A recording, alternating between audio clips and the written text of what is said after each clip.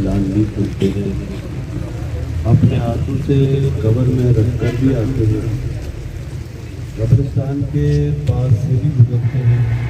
اور پھر بھی اگر جانے کا یقین نہ ہو تو اس سے بڑی سستی کوتاہی اور کیا ہو سکتی ہے۔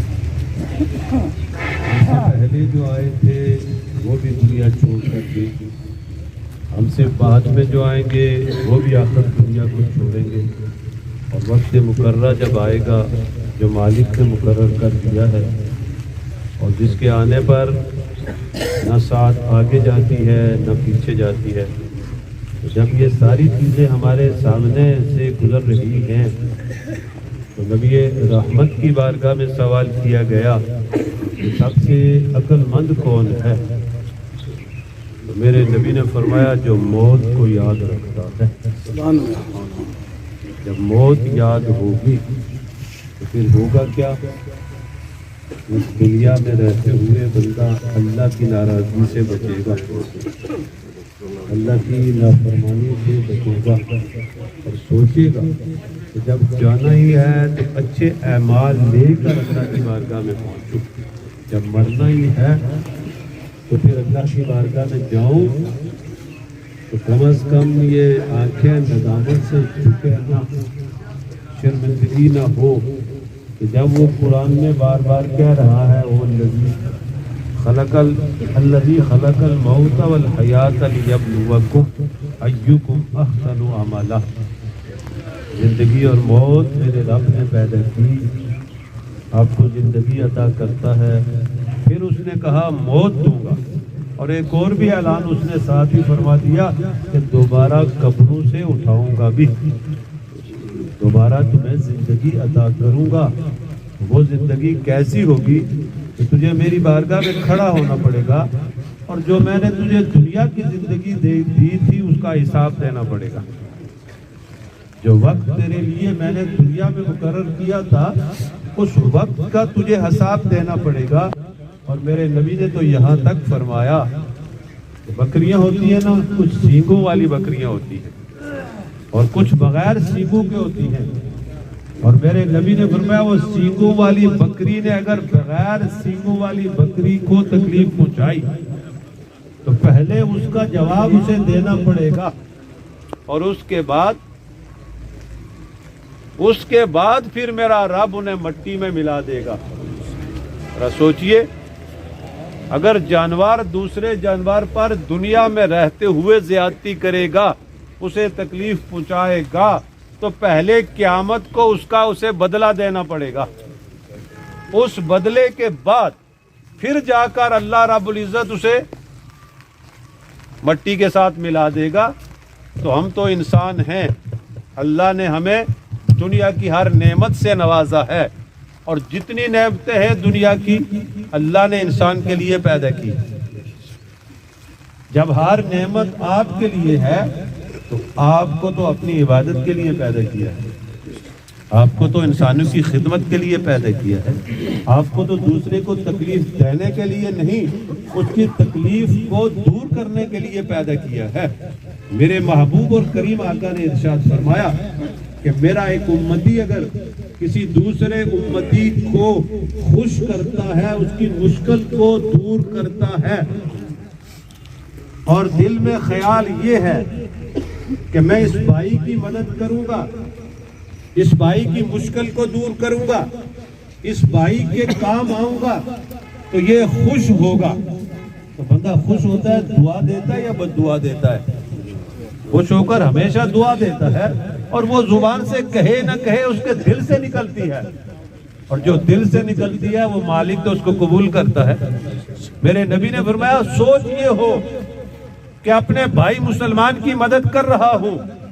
اس بھائی کی مدد کروں گا، مشکل دور کروں گا، پریشانی دور کروں گا، تو میرا بھائی خوش ہوگا۔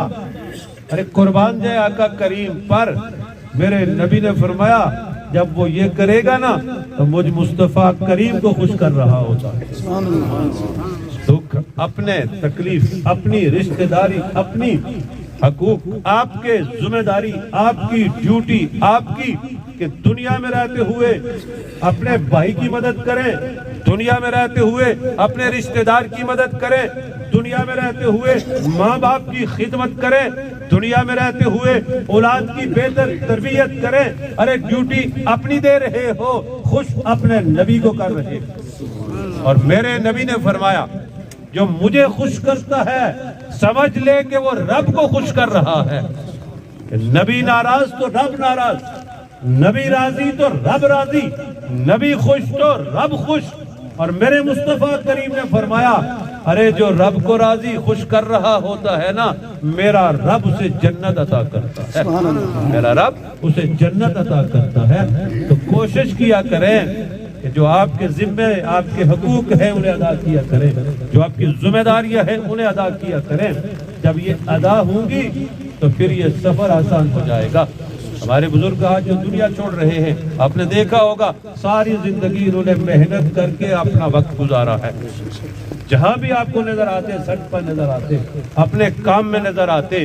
ارے تو میرے نبی نے فرمایا ہے القاسب حبیب اللہ، جو محنت کرنے والا ہے، جو ہاتھ کی کمائی سے اپنی زندگی گزارنے والا ہے، چاہے بزنس کر رہا ہے، چاہے کاروبار زندگی میں مشغول ہے، چاہے ملازمت کر رہا ہے، چاہے کوئی اور کام کر رہا ہے، لیکن کام نیک نیتی سے کرے، اللہ کو راضی کرنے کے لیے کرے، تو اس کی وہ محنت جو کرتا ہے نیک نیتی سے کرتا ہے، دیانتداری سے کرتا ہے، ارے وہ اللہ کا دوست میرے نبی نے فرمایا ہے۔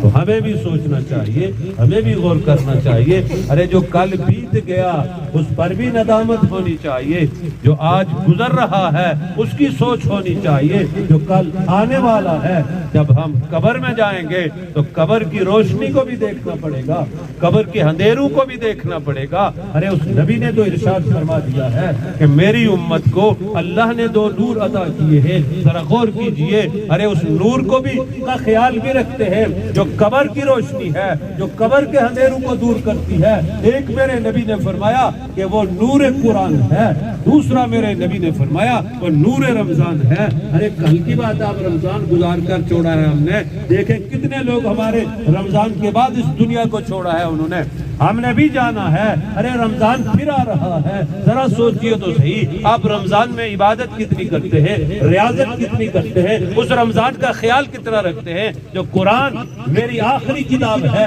جو قرآن جو دستور حیات ہے، جو قرآن میرے نبی پر نازل ہوا ہے، ارے کسی بچے کے سینے میں آ جائے تو حافظ قرآن ہوتا ہے، ارے اس کا مقام یہ ہوتا ہے کہ اللہ گھر کے 10 لوگوں کا جنتی ہونے کا سرٹیفکیٹ عطا کرتا ہے، ان کی شفاعت کا سرٹیفکیٹ عطا کرتا ہے۔ ان کا ایک پوتا تھا، ارے انہوں نے کوشش کی، محنت کی، ارے ہمارے پاس بھی آئے، ہماری ناراضگی کو بھی برداشت کیا کہ یہ پڑھ جائے گا تو اس سفر کے لیے کام آئے گا،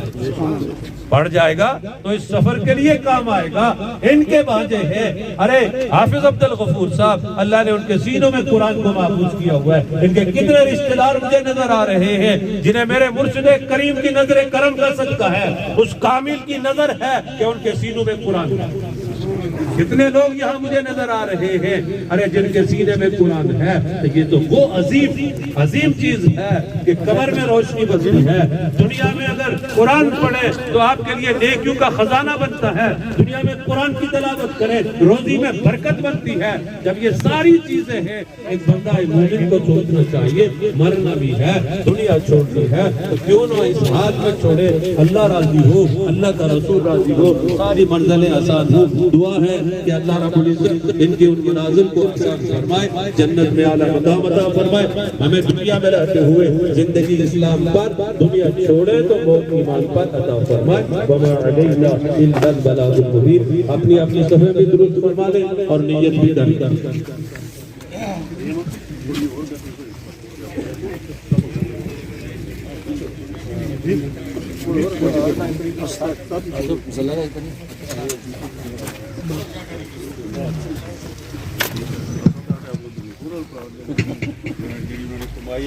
پوترا اور جنازہ پڑھایا اور زیادہ اچھا ہو جیسی کرانا کوئی پڑھانے والا گیا تو وہ پڑھایا غفور صاحب بچوں نے پوترا ایک حافظ کیا وہ اچھا جو اس کا برکت ہوا پیچھا ہی پڑھنا کہ پڑھنا زیادہ پڑھنا ہونا۔ 4 تکبیر نماز جنازہ فرض کفایہ سنا واسطے اللہ تعالیٰ دے درود واسطے نبی کریم صلی اللہ علیہ وسلم نے دعا واسطے سارے نیت ہے۔ پیچھے امام صاحب دے منہ میرا طرف خانہ کعبہ شریف ہے اللہ پر یہ جانے والے جناب محترم بھائی رفیق صاحب میرے خواجہ خواجان جو بڑے منظور نظر تھے وقت وقت ہوا جاتا ہے انشاءاللہ پھر کبھی آپ کو تفصیل بتائیں گے تو ان کی ساری زندگی آپ اہل علاقہ بڑے اچھے طریقے سے کام کریں کیسے انسان تھے اللہ تبارک و تعالیٰ نے جمعے کی رات اور پھر یہ معراج کا دین عطا فرمایا دعا گو ہیں اللہ رب العزت زندگی کامل مقصود فرمائے دعا یقین کو سب نے جمعے عطا فرمائے تمام بات نہیں کر